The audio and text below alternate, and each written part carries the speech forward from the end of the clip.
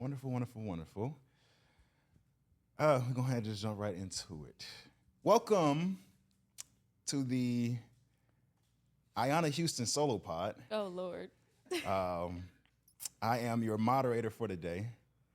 And so I'm your moderator, Jaron Bingham. I usually run the Cover2Cover Podcast, but today is a different episode. I'm joking, but I'm not.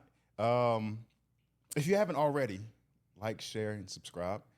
For all things book-related, different types of book content, keeping you thoroughly locked into a book so you can open up your mind. I am excited about today's episode because if you are looking for a sense of peace, I may have the answer for you. In 1997, Don Miguel Ruiz published the Four Agreements, which is a practical guide to personal freedom. And 13 years later, in 2010, his son, Don Jose Ruiz, would go on to post a sequel, The Fifth Agreement. In the Four Agreements, Don Miguel Ruiz revealed how the process of our education or domestication can make us forget the wisdom we were born with. Throughout our lives, we make many agreements that go against ourselves and create needless suffering. The Four Agreements help us to break these self-limiting agreements and replace them with agreements that bring us personal freedom, happiness, and love. Now, Don Miguel Ruiz joins his son, Don Jose Ruiz, to offer a fresh perspective on the Four Agreements and a powerful new agreement for transforming our lives into our personal haven, the Fifth Agreement. The Fifth Agreement takes us to a deeper level of awareness of the power of the self and returns us to the authenticity we were born with. In this compelling sequel to the book that has changed the lives of millions of people around the world, we are reminded of the greatest gift we can give ourselves, the freedom to be who we really are. With me today to discuss all of these different agreements is a woman who embodies peace and tranquility. Yes, sir. She is a spirit that exudes harmony. She is the power and passion behind the Event Collective, which is a luxury of events creating group. I'm gonna let her do more of the talking about it. I'm kind of just butchering it up. Ladies and gentlemen, the host of the Ayanna Houston Solo Podcast, Miss Ayanna Houston herself. Welcome, welcome, welcome, ma'am. How are you doing today? I am amazing, Jaron. Thank you for having me, first and foremost. Of course. Second and foremost, we'd like to say, to touch on the Event Collective. That is my event planning business. So I'm an event planner, luxury event planning, but also all things events. You know, we don't just speak luxury, we exude luxury, we move in luxury. And again, he mentioned passion. I'm very passionate about what I do. You know, I like to harmonize with others and with everything that I do. You know, the way I speak, the way I move, the way that I interact with other people. I love it to all be harmonious. I feel like that's how we connect with each other. It's harmonious. So, yes, I mean, that's my business, but we're here to talk about books now. So. We are, and I'm going to still drop all of your business, everything business down in the descriptions. And so for all of the good people who want to support everything that you have going on, go run down to the descriptions and check all that out. So let's go ahead and jump into this book. As you said, there's going to be much conversation to have. Yes, people sir. are looking for peace, and for whatever reason, they've come to the Cover2Cover Podcast to find it. Lady Houston, The Fifth Agreement by Don Miguel Ruiz and Don Jose Ruiz. Yes. What made you choose this book? Honestly, which I love, it's one of my biggest things, to be honest. So I'm going to be honest with y'all. I only chose it because it was the book I was reading at the time. Okay. When we connected. However, I do feel that the book is a great reminder of the Four Agreements. You know, that the book, The Fifth Agreement, is a connection to the Four Agreements. It kind of follows into it. It falls into everything, essentially, that the Four Agreements talks about, and then adds one more that can kind of shift your life into a completely different direction than the Four Agreements may have already done. And I feel like the Fifth Agreement kind of talks to you about learning to listen to yourself, and you can teach yourself how to listen to yourself.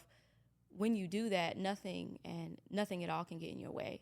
So I feel like talking about that is something that's very powerful. Okay, that's perfect. Yes. For the audience out there, we are going to be kind of bouncing back and forth between the Four Agreements and the Fifth Agreement. I do recommend getting both books. Both of them are relatively impactful. And so with that being said, we're going to go ahead and jump into the second question, and we're going to kind of pay homage to the Four Agreements along the way. And so with that, the Four Agreements, and I'll list them out on the screen as you guys will see. But number one is be impeccable with your word. Number 2 is don't take anything personal. Number 3 is don't make assumptions. And number 4 is always do your best. And so, Miss Houston, we are trying to figure out what you do naturally best out of those 4 agreements. And so with that, which agreement came to you naturally, and what advice do you have for someone looking to work on that value or agreement? All right, we're going my long-windedness because I feel that the agreement that came most naturally to me would have to be impeccable with your word. I've always focused, wow, I cannot believe I just said that. I've always focused on how we speak and the things that we say, but I would honestly shift the agreement just a little bit to say be impeccable, intentional, and creative with your word. I feel like a lot of the things that we've been taught in this lifetime have brought us to be certain ways, if you will. So defining things and learning things let me rephrase that. Things have been defined, and we've learned things by the definitions that we've received, and they have affected our life. So words overall are the first things that we've been taught. When we were little, we were young, we were rolling around on the floor in the mats. They wanted us to learn our ABCs, which allowed us to then learn words because we put these letters together. So when we're doing something like that, you're making an agreement to say, okay, this word means this word means that. And you're okay with that. You have no questions about it. And I feel like a lot of us have grown up and become certain people based on the words that we were taught. We weren't opened to a lot of other words, unique words that could change our perspectives on life and how we live life.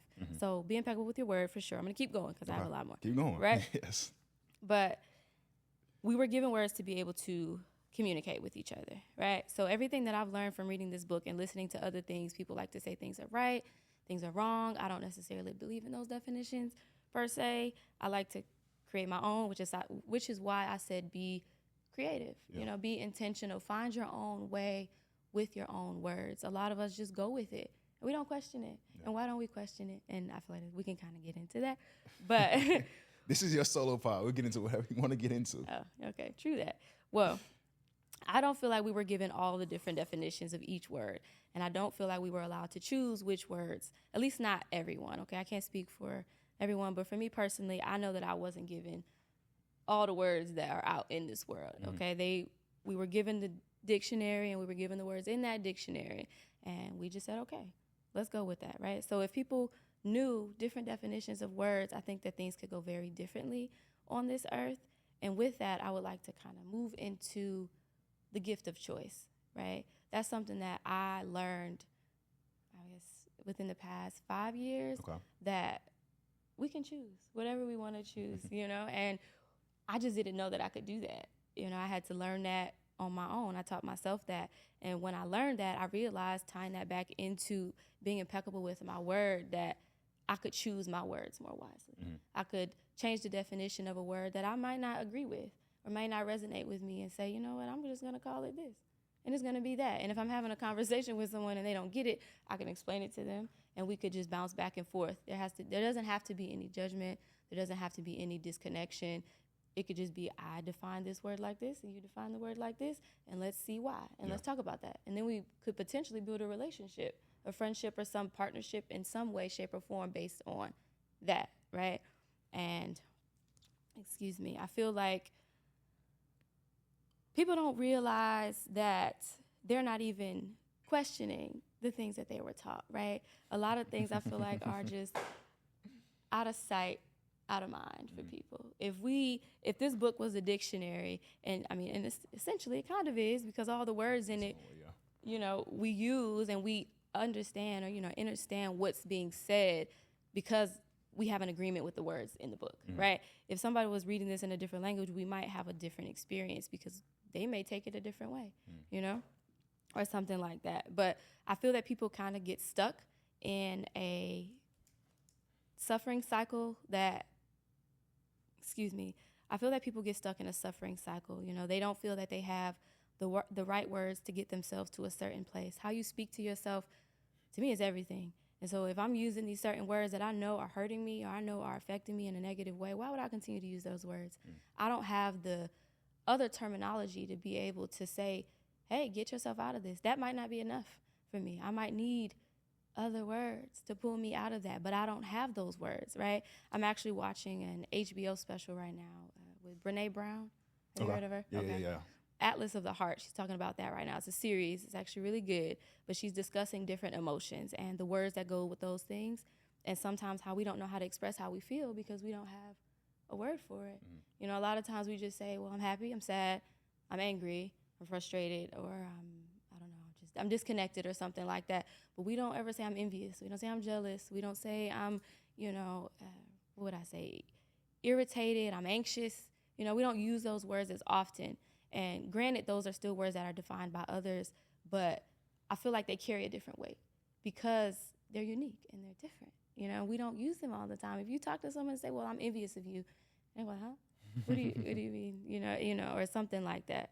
So with that belief and agreement, you know, agree with yourself to say, okay, I'll use these words or I won't use these words, you know, and doing that, you can, I feel, inherently change your reality, right? Our words set the foundation to me outside of our mindset and things like that, set a different foundation for us to shift our realities and how we speak. Within my own belief, I feel that a lot of words were created to keep people in a certain state of energy. I'm very big on energy, and so I feel like once you come out of a certain energy state from those words, you can recognize that what you were feeling was just because of what you were saying and how you were saying it. If you consistently walk into the bathroom and look in the mirror and you say, I just feel like, man, I just can't stand myself today, or I just don't like how I feel today, and you switch that, you walk back out and you say, you know, I'm going to come in and I'm going to say this instead. I feel amazing. I look amazing. You are amazing. It doesn't matter what's really going on in your life right now. Just put all that to the side. Be in that moment and say to yourself, hey, like, I look really good. I love this shirt. I love this dress. I love those shoes. Whatever it is, you just say that and it kind of rewires your brain. Subtly, you know, slowly, but it shifts it a little bit. So it really came natural to me suffering based on the things that I was saying to myself, which is why I brought that up, because I had to ask myself, why was I suffering? And it was because of my words, but I recognized that I could easily, for me personally, just change what I was saying, you know, and I know that that's something that could be very challenging for other people, and we don't talk about how to do it. It's easy for somebody to say, well, just don't say that. But how easy is it to actually do that for someone who may struggle with depression or something like that? It might not be that easy, you know, and so I feel like if we can communicate with each other and use other words that will maybe spark interest for someone else, it could inspire them to then say, well, then maybe I could say that. And then maybe that, you know, could change my life or something like that. So when I spoke to myself differently, it changed everything, you know, and I wasn't the most confident at one point in my life, but I became that. And I reinforced the agreement to be impeccable with my word when I realized how I wasn't being confident, you know, at all. So, yes. You can, listen, I'm telling you, this is I know, the Cover to Cover but podcast. I'm thirsty now. But so this is like, at a certain point as we were going off, I was like, you can clip this whole thing and kind of like, this just be your own like legit pod. You were saying so many things there that I was just kind of notating. Okay. A couple of things. Well, actually, I notated 4 different times. In the book, for the audience out there, he talks about domestication, which is essentially what you grew up. Why words hold so much weight, right? Yes. He was just kind of like, you grew up domesticated, be it under a certain religious practice, under a certain parental guidance, or whatever the society or the community at the time that you were growing up in domesticated you to where now these words have power. And ultimately, like you were saying, when you get to a certain point in life, when you realize that you have the power of choice to kind of speak your own words and your own existence, then you kind of have to kind of go against the domestication and in many cases renew your mind so that you can be able to be impeccable with your word. And it's also interesting too that as you, your perspective of impeccable with your word is a little bit different from mine. I kind of saw it more a little bit on the kind of being true to your word. So if you sit back and say something to somebody, then be impeccable with it. You know, I can agree with that also. On that end. And that's what I mean with just having different interpretations of words. You know, to you grasp that. For me, I grasp this, but I get that. You know, I feel like that absolutely applies. I just personally didn't say it because I was looking from my experience. And I feel like that's exactly what happens in the world, which is why I feel like we have a lot of the things going on in the world that we do because people aren't just willing to sit and listen to someone else. Which is the fifth agreement. The fifth agreement, we're paying homage right now to the four agreements: be impeccable with your word, don't take anything personal, don't make assumptions, always do your best. But the fifth agreement is be skeptical but listen. Right. And so, yes, I think, and he even says in the book, the fifth agreement, that this agreement kind of circles around all of them, while the four agreements kind of helps get you out of the rut that you're in. The fifth agreement can kind of help you blossom in your own way. Yes, absolutely. That seed has really bloomed. Yeah. So it's... Sure. You said be impeccable was the one that naturally came best to you. Mine was always do your best. Okay. And so I'm going to read my little segment and kind of give the reasons that I picked that one. It says the first three agreements will only work if you do your best. Don't expect that you will always be able to be impeccable with your word. Your routine habits are too strong and firmly rooted in your mind, but you can always do your best. Don't expect that you will never take anything personally. Just do your best. Don't expect that you will never make another assumption, but you can certainly do your best. By doing your best, the habits of misusing your word, taking things personally, and making assumptions will become weaker and less frequent with time. Always do your best. I think the reason that this one came so naturally for me was because, in general, I've never wanted to kind of just half-ass things. Okay. Like I've just always been like, if I have to give you my time to do something, then you're just going to get everything that I have. And I love that so much. And that's kind of, it's really, in ways, it's different because you kind of have to, even with that specific energy, you kind of have to tame it. Because if I'm doing something because I know I have to do it, then at times where I've slipped up was that the attitude may not match the circumstance of it. So I'm doing something, I'll use my dear mother who I love her dearly. Absolutely. I'll do something because like she sat back and said, do it, but like I may do it begrudgingly. And it's just kind of like, oh, this is your mom. Like you can have a little bit more of a positive attitude to do something for your mom. Right. Even though whatever I'm going to do is still going to be done with, a fine-tooth comb, if you will. It still is the attitude that comes to kind of ultimately subsidize whatever the action is. Ties it all in together a little bit. Yes, ma'am. So for sure.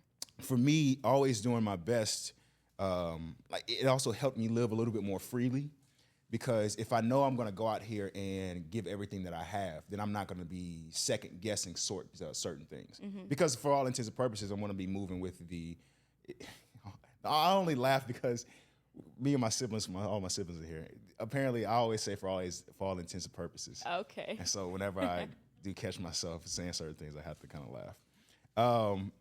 But always doing my best has given me kind of like that grace to just be able to go out there and try things. Yeah. And we were kind of talking offline about this, how this podcast is essentially kind of, it's taking on my own personality. And with that, I have given myself grace to make mistakes, to learn on the go, because you have to. I'm literally learning on the go. I can't know everything like the top YouTuber right now. Right. You know what I mean? I have to take those steps. I have to continue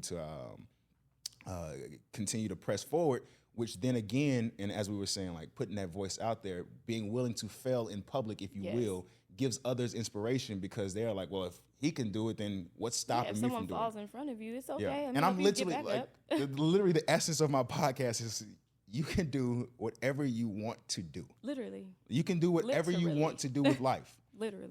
If you really want to push, if you have the will to do it, and you're not going to give up easy. When there's a will, there's a way. Like there's so much that you can accomplish because you literally have everything that you need. And I got a couple of more notes in my always do your best. I do too. So look, I'm listening. We have awareness. He mentions awareness a lot in the book, at least in the 4 agreements and in the 5th agreement as well. And in general, the message is the minute that you become aware of something, you become responsible for it. Absolutely. And so with that tying into always doing my best, my awareness at this point is, am I doing my best spiritually, physically, mentally, emotionally? And not being too hard on myself, at the same time understanding my shortcomings, listening to loved ones who may sit back and say, hey, this is a blind spot for you. Like always just really being receptive to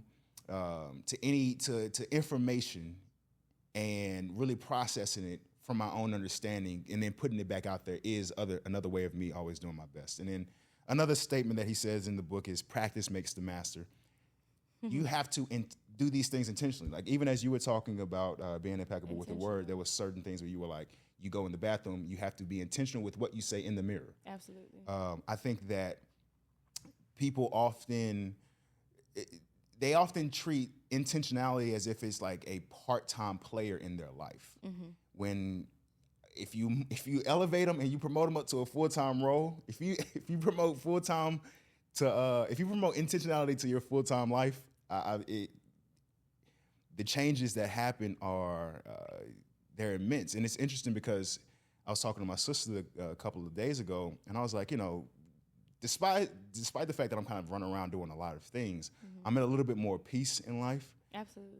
Because I am very intentional with my specific day. Even if I have like a lot of things on my plate. Where do you place yourself? Absolutely. I'll still remind myself, I have a lot of things on my plate because I put a lot of things on my plate. So I can remove things from my plate if I am finding myself overextended. And so these are things that, this book in general, both of them, the 4 agreements and the 5th agreement, it taught me to continue to slow myself down, continue to be more present, and of course, as the 5th agreement, continue to be more of an active listener. So I don't think I rambled as much as you did on your first answer, but my first answer is not done. Continue going crazy, man. This is honestly, this is my longest answer to these questions. Okay, so just bear with me for that first question. It just brought out a lot of different beliefs and things like that for me, and I feel like we don't talk about it enough. Yeah. That's the biggest thing. And this is me putting my foot forward to do my best. To share that, and I want to share it. So let's do it. I feel that a lot of the being impeccable with your word is less about your words, honestly. I did talk a lot about the definitions of words and things like that, but I do feel it's more about your belief, right? There's a power in your belief in the word, right? You mentioned that. The power of the word from maybe childhood trauma or something like that, or religious beliefs and things that your parents may have placed on you. Those things were embedded in you in a way based on what they said or what they felt was true or, what have you. And you just, again, you agreed with it, and that's okay because that was your experience. But moving forward, now that you can see it, now that you realize it, are you willing and open to change your belief about it? Because then it could change your life, right? So when I would say I feel that it's less about your words and more about your belief, it's also more about your intention and your own definition. How do you show up in the world? How do you define what you're looking at, and how does that affect you? Beliefs are made up of words. Your intentions are made up of words. Definitions are made up of words.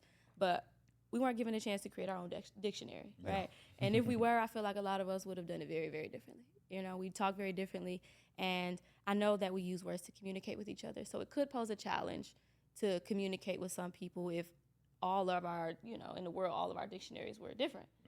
However, I think that would breed more positive relationships. I think it could breed more communication, more compassion and things like that because we connect differently. I'm like, dang, I never even thought about it like that. But a lot of us have to also be willing to be open like that to receive that.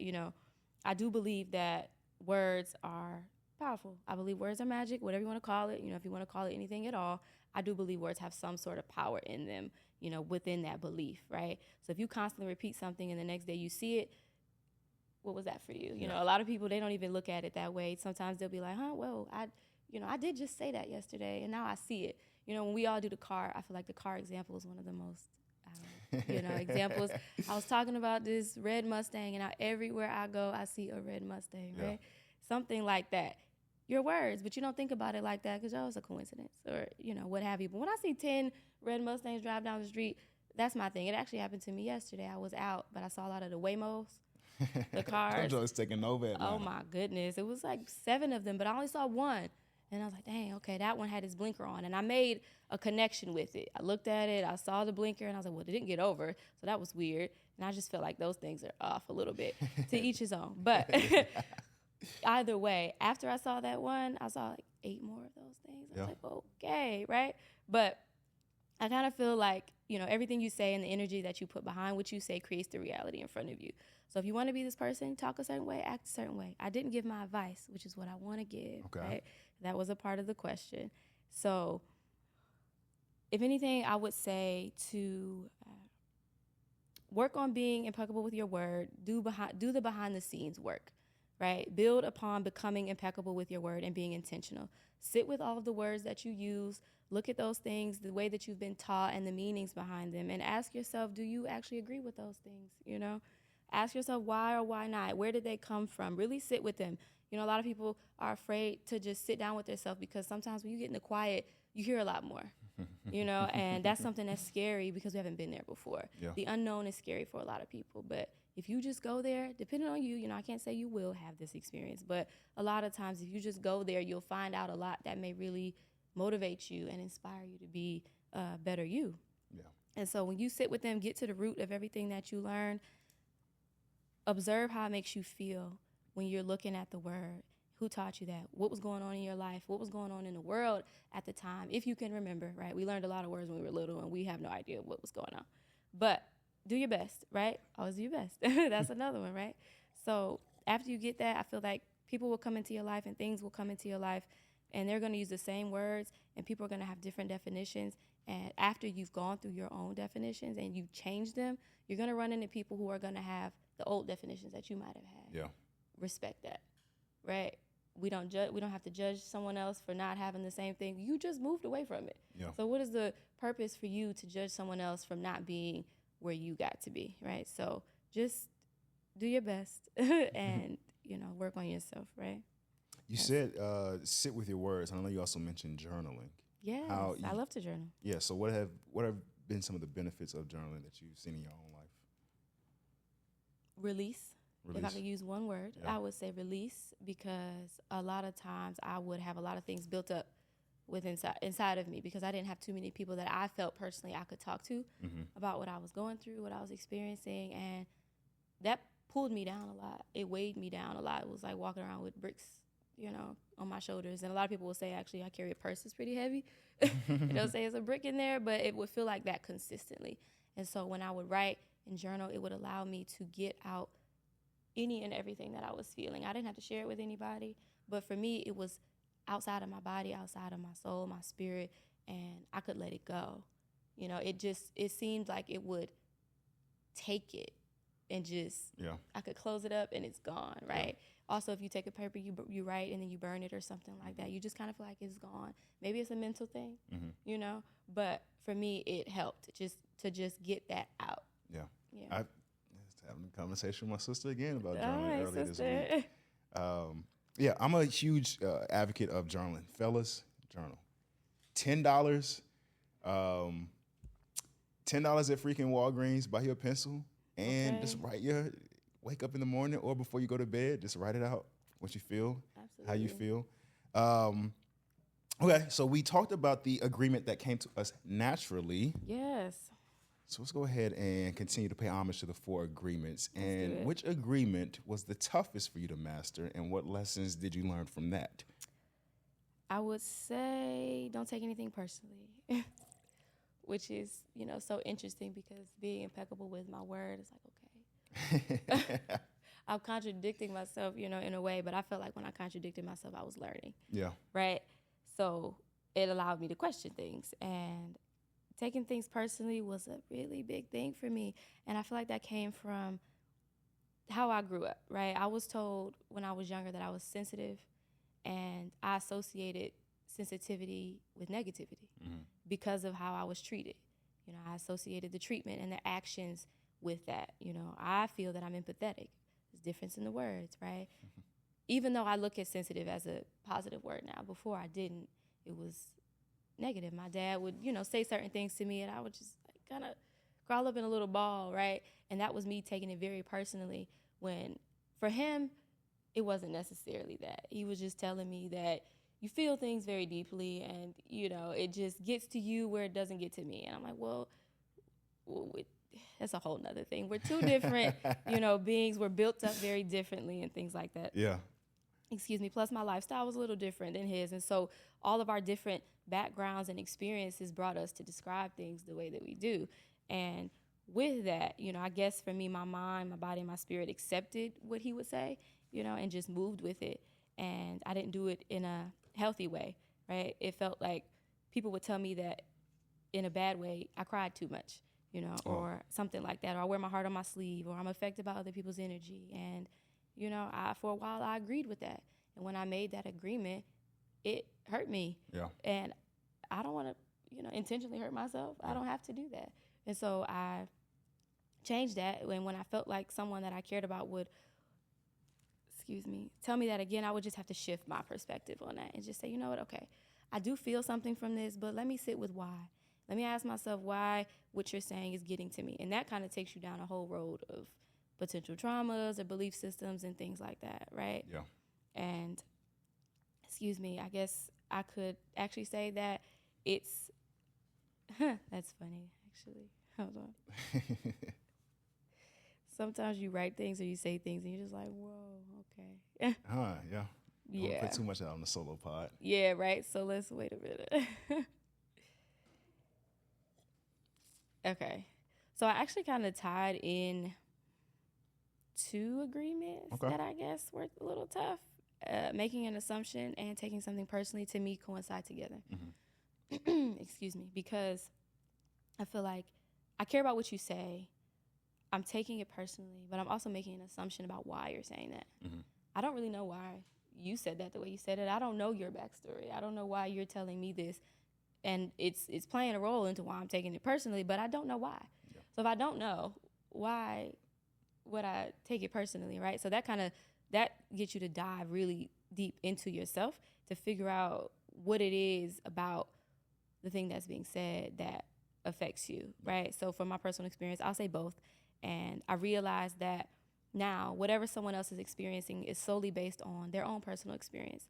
It doesn't have anything to do with me. Even if I made them smile, it wasn't just because of me, right? It's something that they experienced that caused them to smile. It's their life. We all have experiences here, and I feel that I cared so deeply about what other people felt and how I affected them, not realizing that whatever affected them was due to their own trauma, their own beliefs, their own fears, doubts, worries, you know, et cetera, et cetera. And I would hurt myself because I would constantly place a certain pressure on myself to fix something that was happening with someone or help them get through something when that wasn't really my place to do that, right? And it's not my job. You know, my job is to take care of myself. The best version of myself is being the best version of myself. I get to make sure that I'm aligned, I'm balanced, I'm healthy, you know, I'm happy. And I do this for myself. And by showing up for myself, I can show up better for, you know, other people. So yeah, I agree with that. You had mentioned, we had talked offline about this. You said, so mine is don't make assumptions. Right. Yours is don't take anything personal. And I was sitting back telling offline of why I don't take anything personal as much as I did, at least growing up. And just kind of saying to piggyback off what you said and ultimately going to my own answer. With me, like, I never took anything personal because, like I said, I always looked at people who were saying things about me as almost like its own challenge of like, oh, you aren't going to do that. And I'm just kind of like, I most certainly am going to do that. Yeah. Okay. And okay. even if it was like, even if they said it with negative connotations, I was just still like, again, the kind of that component of always wanting to do my best, always going kind of like balls to the wall, if you will. Mm-hmm. It kind of ties into like if somebody is speaking or if somebody says something to me about something that I did or what I am not going to do or whatever the case may be, I'm just kind of like, I've already made up in my mind why this is going to be done or why I did what I did. And so whatever you're saying on the matter, like you said, you're saying that because of how you feel about the situation and you're trying to project it on me. Mm-hmm. So that's how that's how it's been for me to kind of been able to combat not taking anything personally. But I have made hell of assumptions. I have made more assumptions than I care to make.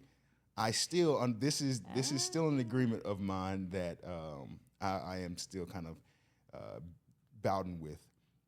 I have a horrible tendency of both wishing and hoping people think the way that I do. And so Interesting. Okay. it'll be situations where I'm like something will happen and I'm like, why didn't you think this all the way through? And I'm like, and I'll get even more frustrated when they sit back and say why they didn't think all the things all the way through. And because you were there before they were there. Exactly. You know, but not your place in a sense, right? And so it was, but in general, like I've just, that has really have just been my Achilles heel. It's caused probably a good percentage of the frustrations in life by literally thinking, surely this person's already thought about this. And like moving in that assurance as if I've already confirmed with them. Right. I've set back my notes. I said, this has led to moments of frustration, resentment, and even disappointment of self. And then a quick little note from the actual fifth agreement in page 70. He says, humans have a need to explain and justify everything. We have a need for knowledge, and we make assumptions to fulfill our need to know. We don't care whether the knowledge is true or not. Truth or fiction, we believe 100% in what we believe, and we go on believing it because just having knowledge makes us feel safe. There are so many things that the mind cannot explain. We have all of these questions that need answers, but instead of asking questions when we don't know something, we make up all sort of assumptions. If we just ask questions, we won't have to make assumptions. Whenever we recover all the energy that we invested in making assumptions, we can use the energy to create a new dream, our personal heaven. Don't make assumptions. Yes, sir. I underlined within that segment. I underlined because just having knowledge makes us feel safe. That's the unknown I was referring to. A lot of people are afraid of that space. They don't know what's there. Yeah. We were taught to know everything. Yeah, and I think we know nothing. the absence of that knowledge makes you again like you want it, and so you're looking to fill a void, even if the void is filled with a complete lie. But see, now I have a question because what do you really know in life? Yeah. Essentially, right? That boggles my mind a lot, you know, and I get contradicted in it slightly because I am a human and I'm here experiencing life, so I do need to use these words and I need to say certain things and things like that. But what do I really know? I don't know anything. Everything was created by someone else before me, before I got here, and I have no idea about even, you know, what he just said on the next page on 71, in that first paragraph, I highlighted, you were educated to be a part of humanity. Yeah. That right there and what he said, to me, directly contradicts slightly about what we know. You can create your own reality. You can. But at the same time, you know nothing, right? But that's when the fifth agreement becomes all the more poignant, where he says, be skeptical, but listen. Yeah. And so in that skepticism, you're listening for that element of truth. Because I think in the book, and I know I highlighted it, but in the book, he's just kind of like, lies cannot exist in the presence of truth. So if you're skeptical about what you're listening, if you're skeptical about what you believe and you continue to question properly, then the truth is going to reveal itself over time, and then you'll have what you need to, we have what you need in order to kind of meet the moment wherever it is. Okay. And so, again, the component of that is questioning. So if I'm, again, making assumptions is not, the only questions I'm asking in the assumptions and making assumptions is my own questions. And I'm not asking them to the person who I need to be asking to. I'm asking them, well, why would she do this? Or why would he do that? And that, you know. And so you fill the mind up with, you literally clutter your mind up with all of these scenarios. And then when you go confront a person about it, they're just kind of like, nigga, you're all the way in left field. Okay, what are you talking about? Exactly. And so the lessons that I ultimately learned from not making assumptions is, one, to strive for wisdom. And the reason I had put that there is because I've kind of followed this pastor that I listen to named Dr. Miles Monroe. He has these 3 tiers of understanding. He has ignorance, knowledge, and wisdom. Okay. And so when I sit back and say strive for wisdom, wisdom is the applied knowledge. So now that I know something, let me apply it. Absolutely. And let me move forward with that wisdom. That's a choice, though, that you're making. Yes, you ma'am. Know? For sure. The second lesson that I got is it's not about you. I'm up here assuming that, you know, so-and-so did this to me because of X, Y, and Z. Meanwhile, they're just kind of like, dog, you were the last thing I was thinking about when I made this idea. Literally. But why do we do that to ourselves, though? You know, that happens a lot. And if I can go back to 70, he says, because just having knowledge makes us feel safe. We have a need for knowledge and we make assumptions to feel our need to know. Right, and which ties back into the we know nothing, but we want to feel like we know something, and that brings us safety. Yeah. So that makes sense. Because in many cases, again, with that making assumption, and then you go confront a person about it, like it's almost an aha moment for you, and they're just kind of like, no.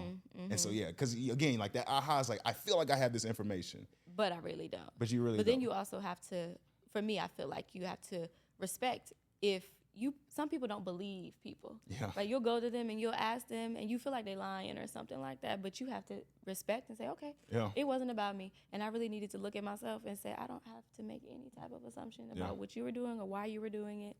And I could just come to myself. Like you just said, use your wisdom. Yeah. And then the third and final lesson that I got from it, I ended up getting a quote from the 4 Agreements. He says, when we believe something, we assume we are right about it to the point that we will destroy relationships in order to defend our position. Oh, yeah. And I just thought about, That's a big one. I just thought about how unfortunate it is to, again, the 2 words that I underlined, destroy relationships. Yes. Humans, we thrive off of community and relationships. And in order to, if we destroy those things in our process of growing, she going to the notes for this one. What did I mess up as the moderator? No. But no, it's keep going. No, it's again, making assumptions dilutes relationships. Then over a period of time, if you're looking up and you're kind of like alone and by yourself, is it because that you just assumed that everybody else around you was at fault for your own problems? And so that has been that's been the toughest thing for me to master, is to sit back and be like, bro, you don't know everything. Right. Stop assuming. Ask the questions. I don't care if it's assumed just because you sent out the email and everybody read the email that you think everybody knows. Follow up. So Absolutely. that has just really been that's been the lesson that was really poking at me. Okay. As I was reading both books. Absolutely. I was just sitting back like it was almost like a mirror in its own way. I was like, all right, bro, how can I start being a little bit more accountable for the information that's stirring up in my head? Right. And what did you come to? I came to just the realization that I have to put my ego aside and realize that I have to still do more communicating. I like to really pride myself on being like this effective communicator. Okay. But I've come to, again, if I'm making Me too, assumptions, actually, that's so funny. If I'm making assumptions that I have not effectively communicated what I am looking to be assumed. And so that has really been that's been the underlining point for me. It's just kind of like, bro, pick up the phone, make the call. And that, to me, that happens a lot in relationships, which is why your third lesson, the part about destroying relationships, I could see that, because I feel like a lot of us, if you're in a romantic relationship, a business relationship, a friendship, whatever it is, we think we know how the other person feels. Even if you've known somebody for 10, 20 years, you think you know them, right? And to me, you never really know anybody. No. And so... and I don't even mean to cut you off, but I think of people ahead. like even in marriages, I'm like, people change. You have to continue to learn and understand this person. You have to choose that, though, right? A lot of people stop choosing. And they don't even realize that they stop choosing, but they do. And that, to me, is how you destroy that relationship. Because what are your beliefs about relationships in general? What beliefs do you have about a business relationship, a friendship, a romantic relationship? What is that? Because what did you say in your third lesson? Reread that for me. When we believe something, we assume we are right about it to the point that we will destroy relationships in order to defend our position. Yes. And so I was thinking, what is it, though, that would stop you from wanting to continue a relationship with someone so bad just because you think you know what they're saying or feeling? I think that shows the power of the mind at that Absolutely. point. Where the mind is just kind of like, we will burn this bitch down. Literally. For our self-sustainment. That's the ego. And again, that's the ego. And I think that's Break another that thing. Ego down. I think this book breaks down the ego so much because, again, be impeccable with your word. Be essentially saying be accountable for your words. Don't make assumptions. Get out of your own head. Yes. Don't take things personal. Another, get out of your own head. Yes. And then do your best. Do your best. Yes. Like, you know what your worst is. And so a lot of this book is, again, a shedding of the ego. Absolutely. And what most books in general, a really good book ultimately sits back and lets you know that you are in service of other people. Absolutely. And I think that this book definitely, both of them, the 4 Agreements and the 5th Agreement, hit the nail on the head. They show you how to show up for yourself. Exactly. To be able to show up for other people. Yeah. Yeah. Man. Woo. Yeah. Kind of been going a little crazy. Let's go ahead and, even though we've been bouncing back and forth between the 4 agreements and the 5th agreement, let us go ahead and go into question number 4, where we are specifically with the 5th agreement. I asked, the 5th agreement focuses on listening. What lessons have you learned from listening to yourself? That I could change my life, okay? Let me just change my reality, right? You can. You can. Everybody can. We all can, okay? If you need any piece of advice, you can change your life. You can change your life. Yeah. Just by listening to yourself, right? So tell yourself some really good things. But I learned that I know my experience more than anyone else because I experienced it. It kind of ties into the don't make assumptions, you know, because no one can make an assumption about how I'm living my life or what I'm doing. Only I know that. But I also have to be the one to share that with people. It's up to you to believe it, to run with it, to accept it, to, you know, talk to me about it or not. But I know my experience more than anything else. And I had to tell myself that, right? There's no way to tell someone or to walk in someone else's shoes. It really doesn't work that way. I really don't know where that came from personally, but I don't feel that, you know. And I used to doubt myself, but I watched my life do a complete 360 just by how I started to talk to myself and listen. So I can talk to myself all day, but I'm actually listening to what I'm saying to myself. What I said earlier, you walking in the mirror and you telling yourself this, okay, cool, right? I've actually shared with someone that I think it would help them to do that, to mirror talk or to affirm themselves. And they were like, okay, I'll do it, whatever, right? And granted, they might not have been ready for that, but they would do it, but they weren't actually listening to themselves. You know, they would just say it. And my own experience, I did it myself.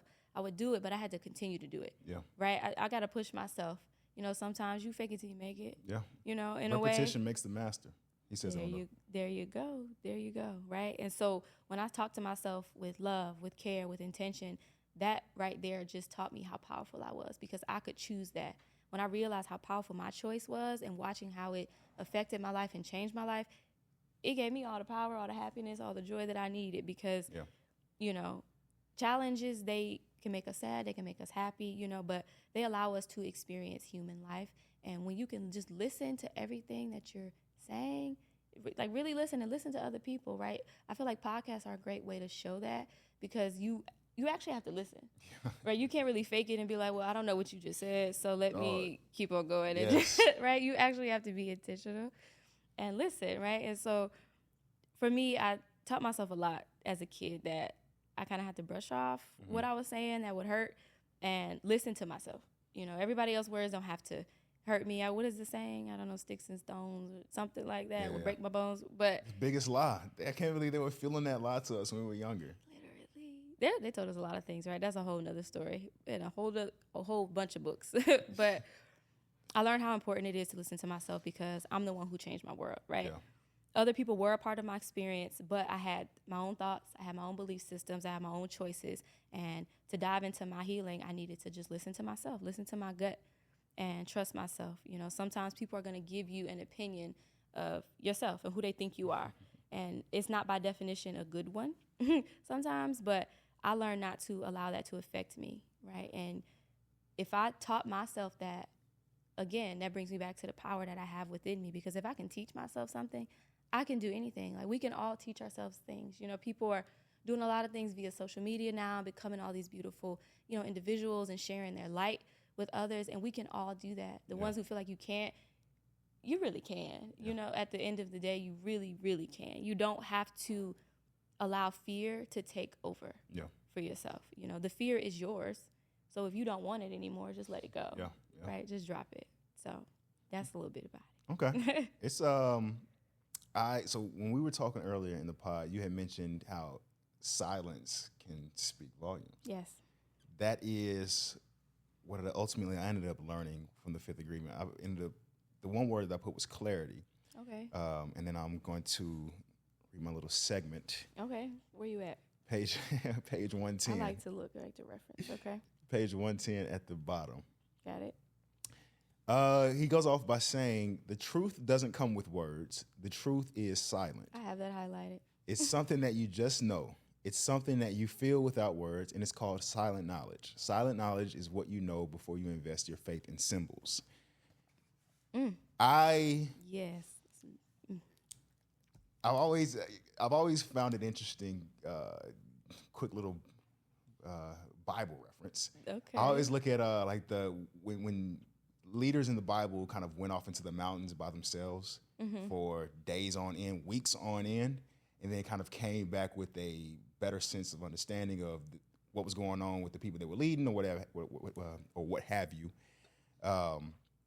So to me, kind of separating and being quiet and listening to not necessarily the thoughts that are in my mind, but listening to nature and how God is ultimately guiding me even within my own. So I'm not listening to my thoughts per se. Right. I am, it's going to sound kind of weird, but I'm kind of listening to a vision. To who? It's not going to sound weird. And so like with that, when I sit down and I listen to myself, there is a level of self-awareness that just kind of it continues to grow. And then also I feel like there is more clarity around the purpose of my life. In general, I feel that you become better at something when you're able to block out the outside noise, right? So I became a better listener when I was able to be intentional and practice blocking out outside Intentionality, I think, noise. is one of the biggest parts of doing anything. Yeah. You have to be very intentional. When you sit, some people meditate. I meditate personally, and where I sit in silence because I hear silence. Yeah. In a way, I don't know how that sounds. I really don't care, right? Yeah, but I feel you though. Like there's like the white noise or like that serene sound when I stand outside at the top of the morning, like 7 a.m. It just sounds so rhythmic, I should say. We're used to noise. Yeah. We're surrounded by noise. Yeah. Every little thing, lights, you hear the little mic, or you hear all kinds of things. But when you get to a certain state within yourself where you're peaceful, you can be in all that noise and not hear any of that, but you can hear peace. Yeah. In a way. Yeah. And it's interesting too, because like, as you were saying that, I was thinking about, I know a lot of, especially back in Mississippi, I know a lot of guys who are like, they just like to go fishing. I grew up, I was a little bit more, I like to be a little bit more active. So I like asked him, like, what do you like about fishing? Like, you're just sitting out there for hours and just chilling. I'm like, bro, peace and quiet. Yes, Nothing. And then like, the spontaneity comes from if a fish does bite on the hook.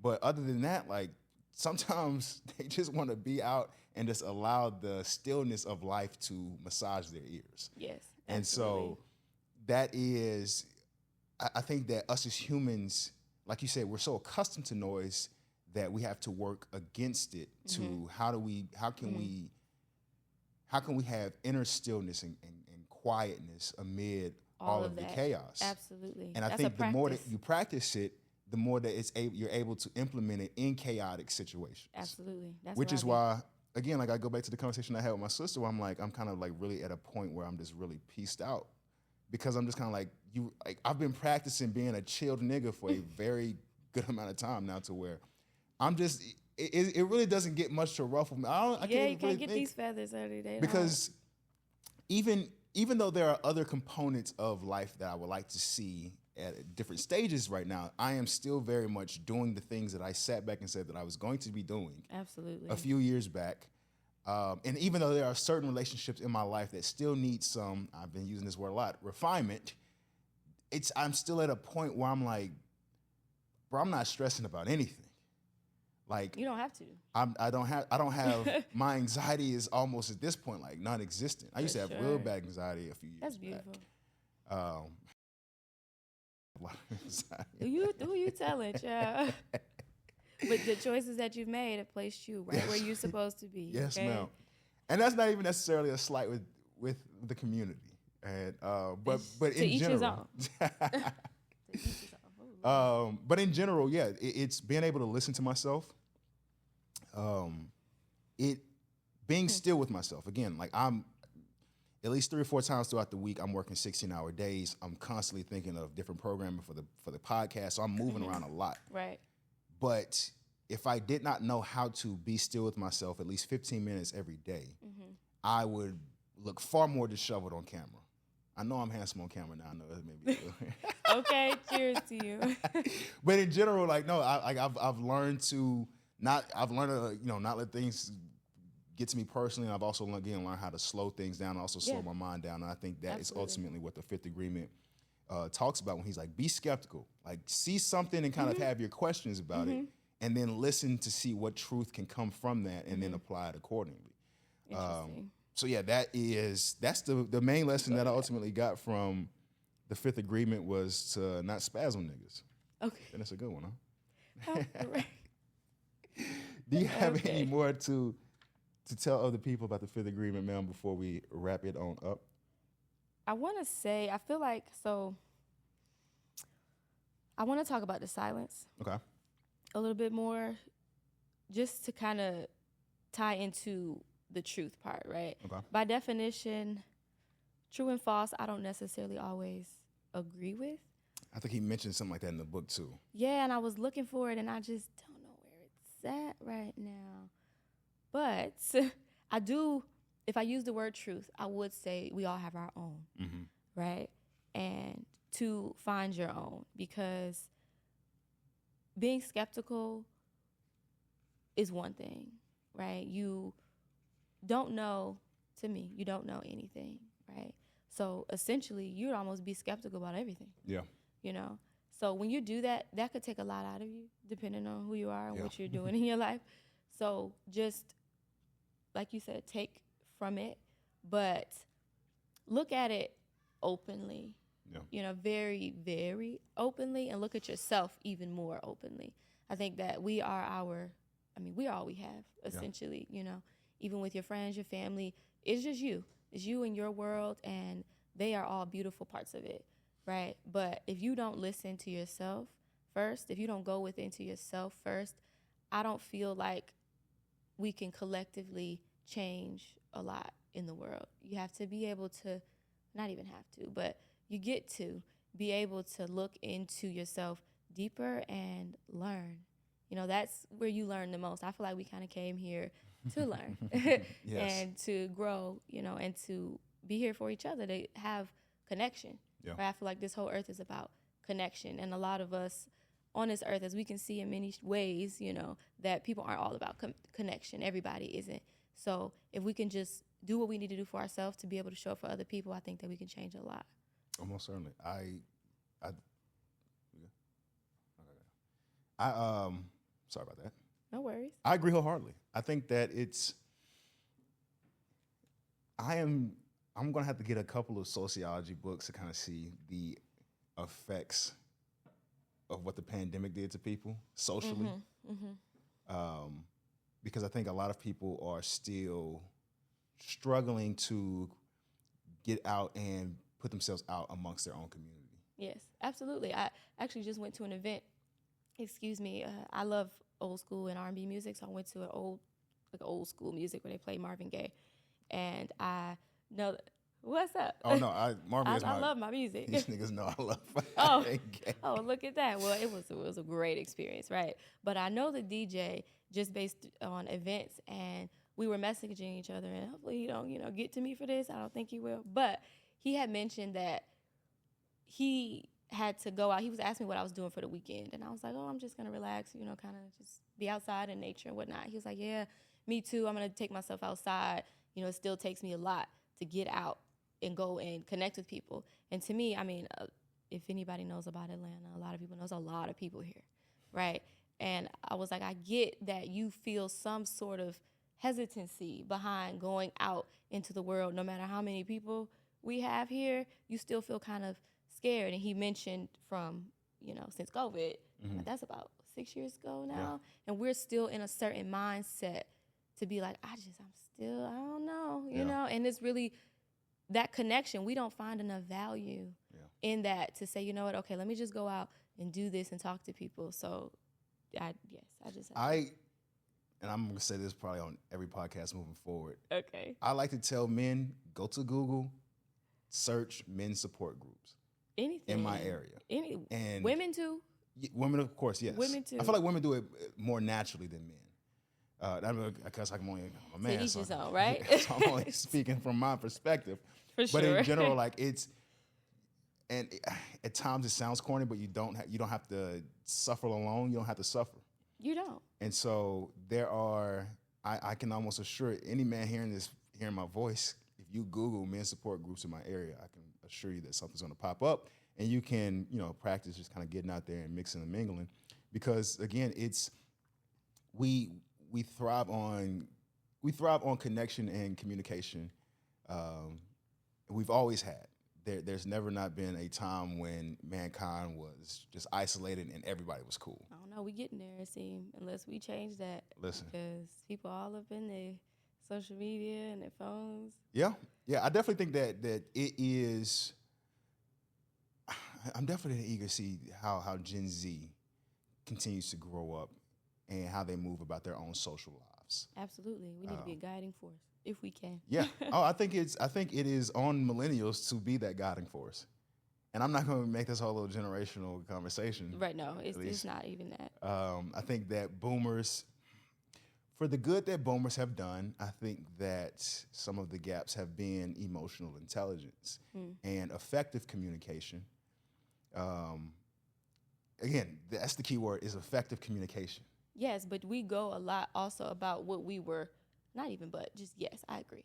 I do also feel like we've gone based on what we were taught and we were told, almost like generational trauma we talk about a lot, from my perspective.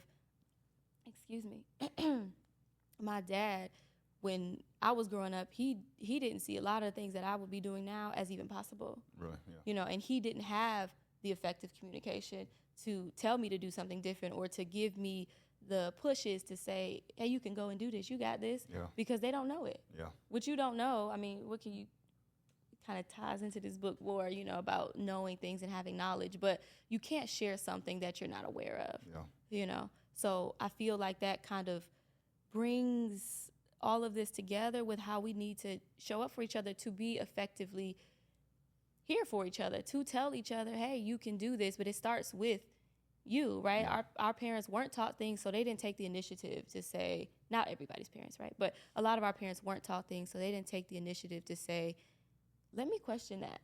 Let me see why was this system set up this way? And do I want to place my child here? Do I want to continue this, And a lot of them didn't question it, so it just kept going. Yeah. And we end up in the same cycle that we've had over and over until somebody says, you know what, no, let's just make it different. Yeah. Let's just do something else. I was reading in this book, this therapist was talking about, there's this saying amongst therapists that it takes 3 generations to break generational trauma. Ooh. And I was like, whoa. Well, okay. And so I was like, let's go ahead and get this ball rolling right now. Yeah, then, honestly. But as we close on out Miss Ayanna Houston on the Ayanna Houston Solo Podcast, I ask everybody this 5th and final question. If you could recommend this book to anyone else, who would it be and why? This one was fun for me. It's very quick. However, I feel like I'm probably going to talk a little bit more about it just because I'm reading it and I'm like, okay, Ayanna. But I would recommend this book to the governments, all governments of every country. I would recommend this book to individuals who are looking to expand their mindsets or their belief systems, to release the ego. I would recommend this book to different religious leaders, also to anyone who needs a subtle reminder of something that they thought they moved past and they didn't. No. Because a lot of times we kind of get hard on ourselves if we feel like, dang, I learned that and I did that for myself, and then you find yourself doing the same thing again. Yeah. Right? This book to me is a reminder of, it's okay. Just come back to it, right? Make the choice to come back to the 4 agreements. Start there if you want to, and you're not ready to get to the 5th agreement. That's okay. Even read in the 5th agreement, because the 4 agreements are tied into the 5th agreement. So just start from the first one. Just do your best, right? That's all that you can do in life in general. Do your best to show up in your relationships. Do your best to show up in your friendships, your partnerships, all of those good, great things.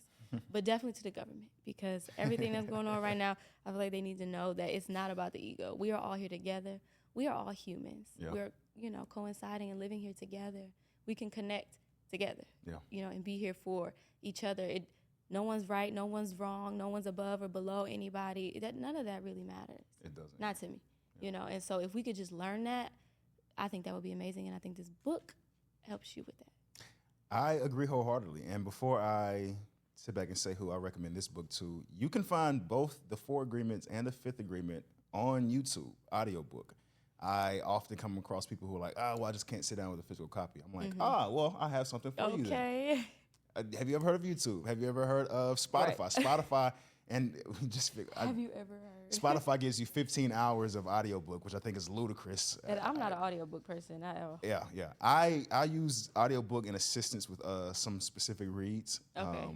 But in general, to the person out there who you may not want to sit down with the physical copy or you're always on the move, you can most certainly listen to these to both of these books. I said that I recommended this book to people if you're ready to slow your life down, if you are looking to move with a sense of purpose, and if you are looking to declutter your mind. Okay. I think that if any one of those 3 things that, spoke to anybody, I think that this book can most certainly tap into those things. Absolutely. And with intentionality and consistency. And I know those are just 2 words that I always say, but I am dead serious about them. They're really big words. You have to be intentional consistently. And consistently is the random Wednesday where you don't want to feel like being intentional.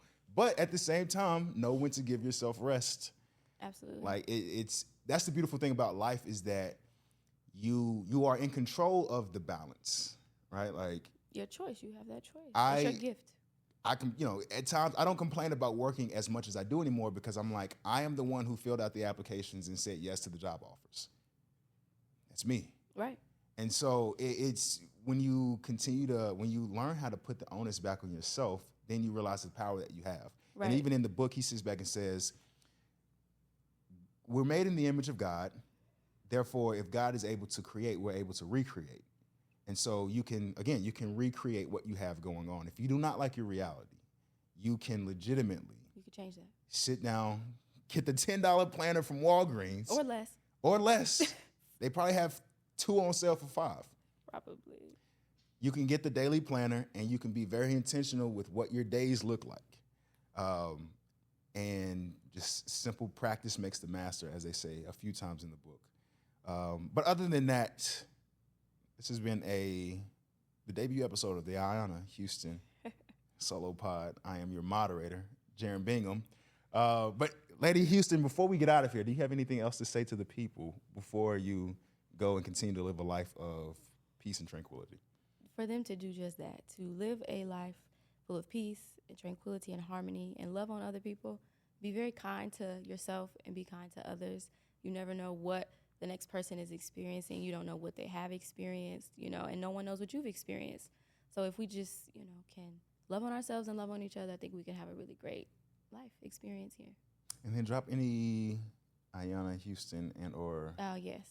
Okay, Lady Ayanna on Instagram, TikTok, The Event Collective, _ The Event Collective, excuse me, on Instagram, TikTok, LinkedIn, all the beautiful social media platforms that we love so dearly.